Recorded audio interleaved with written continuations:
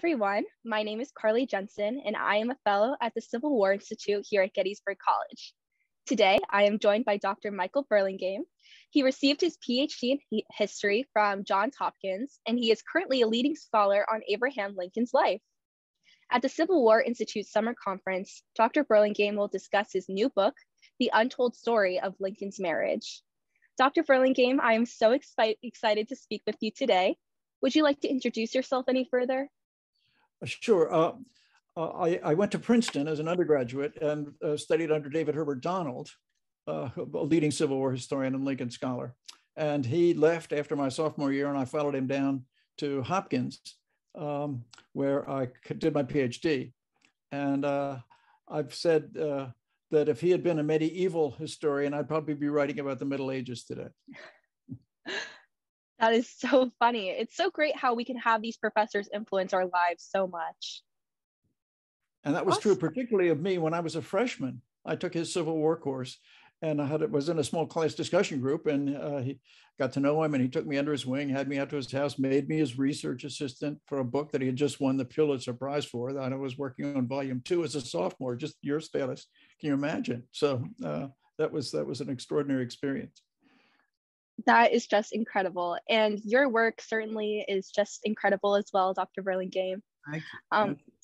I'd love to just jump into a couple questions if that's Sure, good with you. Please do. So what drew you to write an in-depth analysis of the Lincoln marriage?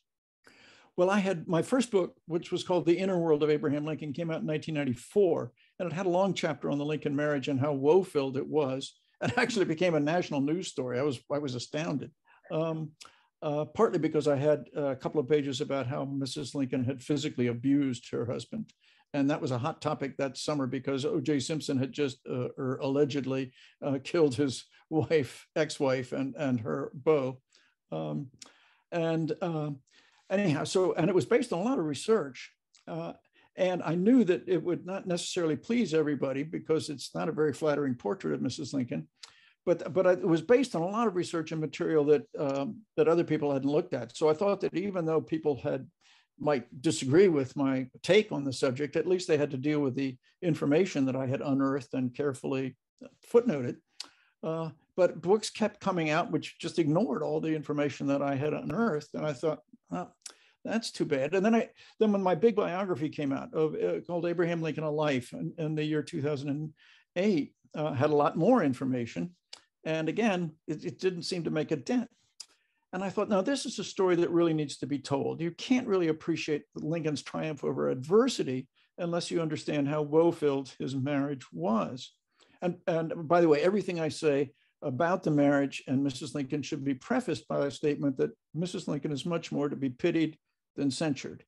She had a lot of misery heaped up on her plate. Her mother dies when she's 6. Her father remarries quickly. The new stepmother doesn't like her. She feels abandoned.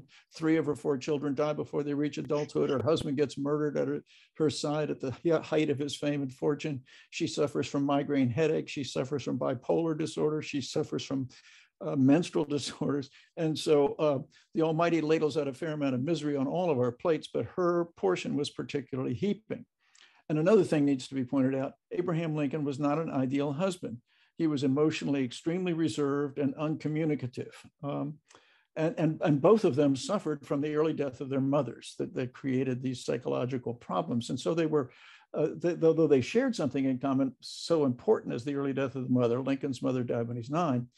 It was also the source not of their ability to relate to one another, but rather the source of their inability to relate to one another easily. So I would like that all understood. But anyway, I said, this story needs to be out there.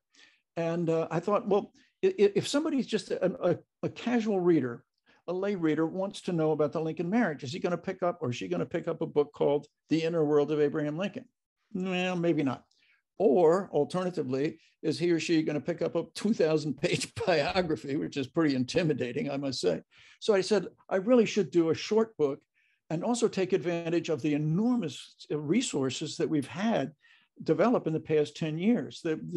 the databases of newspapers, which were pretty good even back when I was doing the big biography, are much better now than they used to be. And so an awful lot of new information came to light as a result of these newspaper databases and research that I did and a research assistant did for me. And I wanted to keep the book relatively short. And I'm not known for short books, but and so I didn't put the footnotes in the book itself because there's 150 pages of footnotes. It's already 300 pages of text.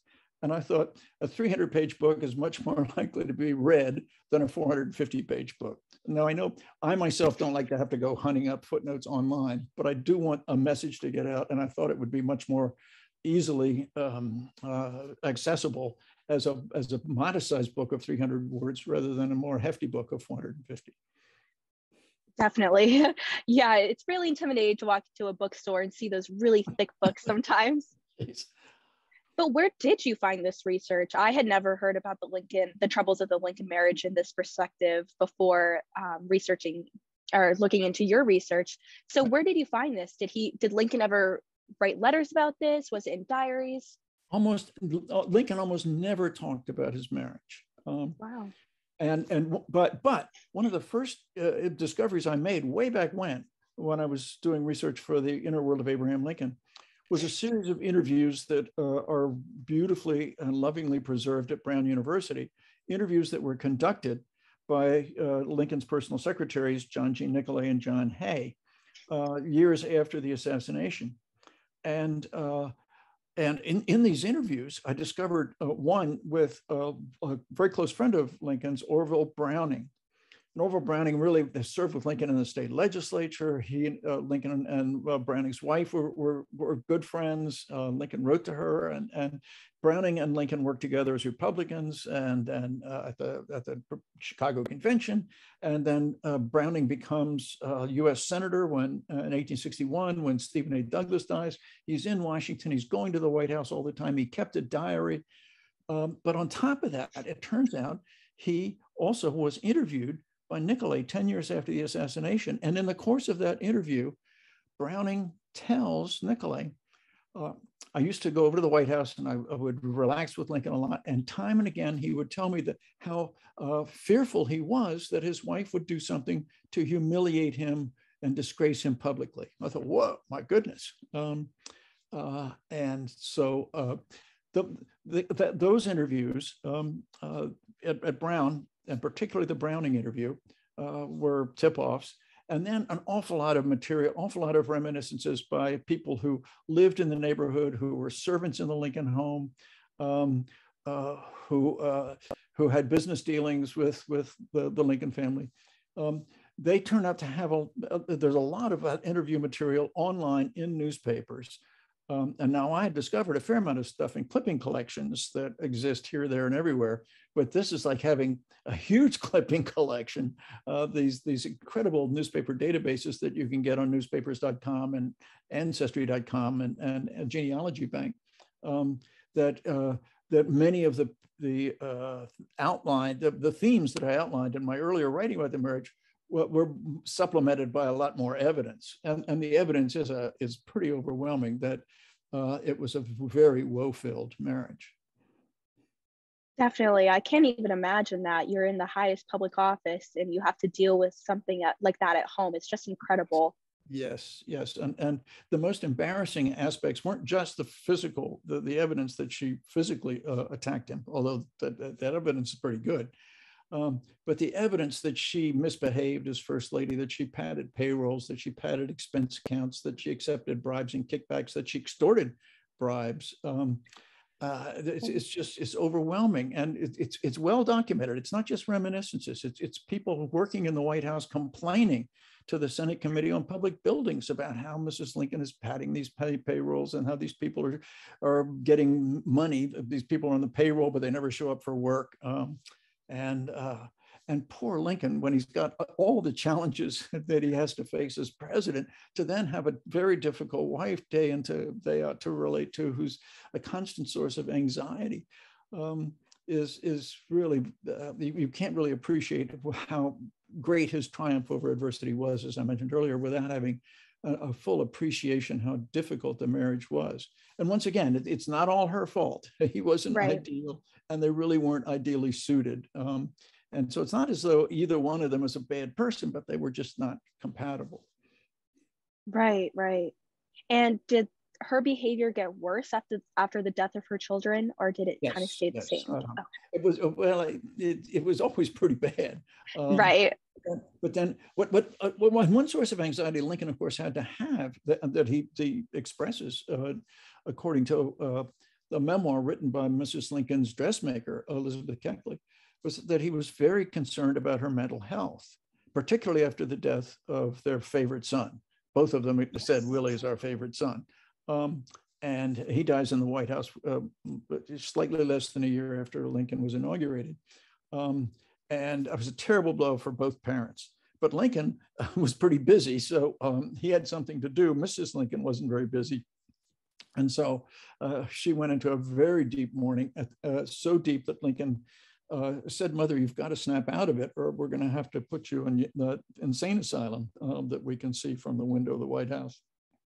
And there's lots of other evidence that he was terribly worried about her mental condition. And in fact, he tells one official in the government during his presidency who comes to him and says, Mrs. Lincoln is engaged in all kinds of unethical activities. Says, I'm convinced that the behavior of my wife is the result of partial insanity. So in addition to worrying about being embarrassed by her, he was also concerned about her and worried that her mental health was so fragile that she might crack and have to be hospitalized. As she was eventually, 10 years after the assassination. Her son, Robert, as you well know, had her committed. And Robert is oftentimes held up as a villain for doing that. But it seems to me, and I'm no great fan of Robert in general, but that he did what he had to do, because she was clearly having a psychotic break at the time of the 10th anniversary of her husband's murder. And so Lincoln's problems weren't just that she was a difficult woman, but also that she was so fragile. I mean, he was obviously concerned about her and concerned about her mental well-being. So it's a very sad story. It is a really sad story, and it's not one that necessarily people always want to hear about. So how do we try and teach this in the future? How do we teach their marriage? Why is the marriage important? Well, for a number of reasons. Aside from what I've already emphasized, that you can't appreciate the triumph over adversity that Lincoln managed to achieve without understanding how difficult his marriage was. But on top of that, that there are aspects of the marriage that make a big difference. Normally, who cares whether Charles Sumner had a happy marriage or Ben Butler had a happy marriage or whatever? But in Lincoln's case, it's really important because I think it can be said that she really profoundly affected Lincoln's political career. Not that Lincoln paid much attention to any advice she gave him about policies or appointments, but she was extremely ambitious. Now, Lincoln was ambitious to begin with. As his law partner and biographer, William Herndon, said, his ambition was a little engine that knew no rest, but she turbocharged that ambition. So he may not have gone as far in politics as he did without her goading. And a lot of his friends said that. It's not an original interpretation with me. Secondly, that when she made life so unpleasant at home in Springfield that he spent a lot of time away from home. All lawyers in Springfield had to go out on the circuit. That is, every spring and every fall, they would go out to county seats in central Illinois. And most of them only did part of the circuit, but Lincoln did the whole circuit each fall and each spring. And most of them went home on weekends, but Lincoln never did. So she made life so disagreeable at home that he spent a lot of time what we would call today networking.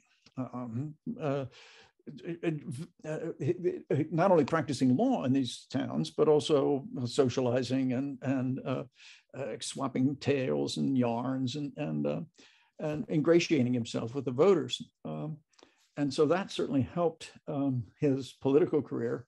And finally, when he was president, he had an extraordinary capacity for dealing with difficult people. When you think about the kinds of difficult generals like McClellan, or senators like Sumner, or congressmen like Thaddeus Stevens, or others that he had to, cabinet members like Salmon Chase, that he had to deal with, and the enormous patience and forbearance that he had in dealing with these people, and refusing to take disagreement personally, and refusing to take criticism personally, and getting along with these difficult people.